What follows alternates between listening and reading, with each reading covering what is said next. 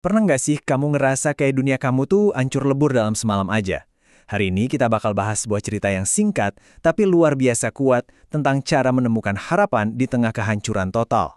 Nah, pertanyaan ini nih yang jadi inti dari cerita kita hari ini. Kita akan menelusuri sebuah pengalaman nyata yang dicatat oleh J.J. Gressett yang bakal membawa kita ke sebuah momen di mana pertanyaan ini jadi sangat-sangat nyata. Oke, kita langsung masuk ke latarnya ya. Bayangin deh, padang gurun Arizona yang kering dan tandus. Disinilah kita ketemu sama Samuel School dan keluarganya. Mereka hidup sederhana aja di tengah-tengah lanskap yang keras, tapi ya, itulah rumah mereka.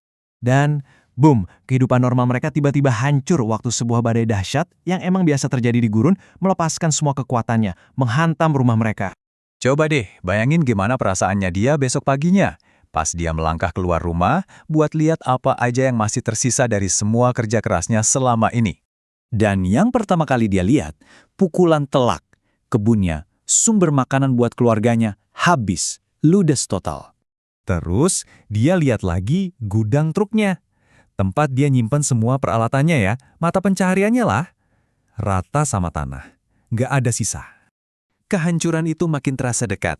Atap rumahnya sendiri, tempat keluarganya bernaung, udah rusak parah. Bukan cuma itu. Kandang ayamnya, sumber pendapatan lain buat mereka, lenyap. Hilang gitu aja, ke bawah angin. Jadi coba kita berhenti sejenak di sini. Kemanapun mata Samuel memandang, yang dia lihat cuma kehancuran, cuma kehilangan. Semua yang dia bangun bertahun-tahun, lenyap cuma dalam satu malam.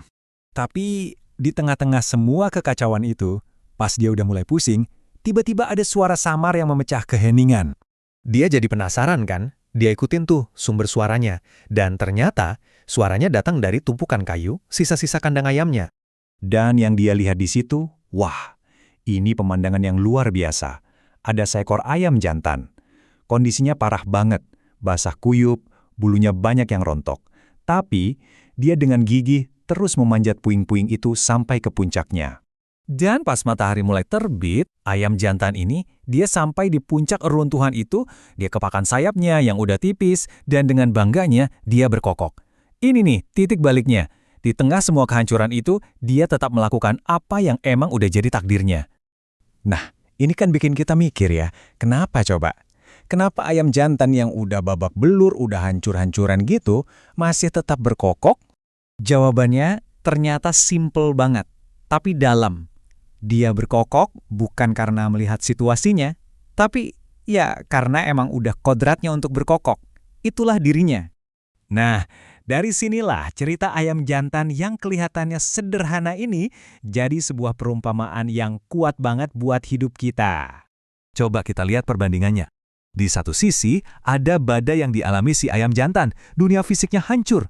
Di sisi lain, ada badai kita, kehidupan kita yang bisa aja hancur karena berbagai macam kesulitan. Jadi pesannya gini, sama kayak ayam jantan itu, kita juga punya kodrat. Kodrat kita itu untuk bangkit lagi, untuk menemukan harapan dan menyambut hari yang baru bahkan pas kita lagi ada di titik paling bawah sekalipun. Di sumber aslinya, pesan ini diperkuat lagi pakai kutipan dari kitab suci yang seolah-olah bertanya, badai macam apa sih yang bisa memisahkan kita dari harapan? Mau itu penindasan, kelaparan, bahaya, apapun itu. Dan jawabannya benar-benar kuat. Jawabannya adalah nggak ada. Nggak ada satupun, mau itu kematian, kehidupan, atau apapun di dunia ini yang bisa memisahkan kita dari kasih Tuhan. Oke, jadi kita bisa ambil kesimpulan perjalanannya ya.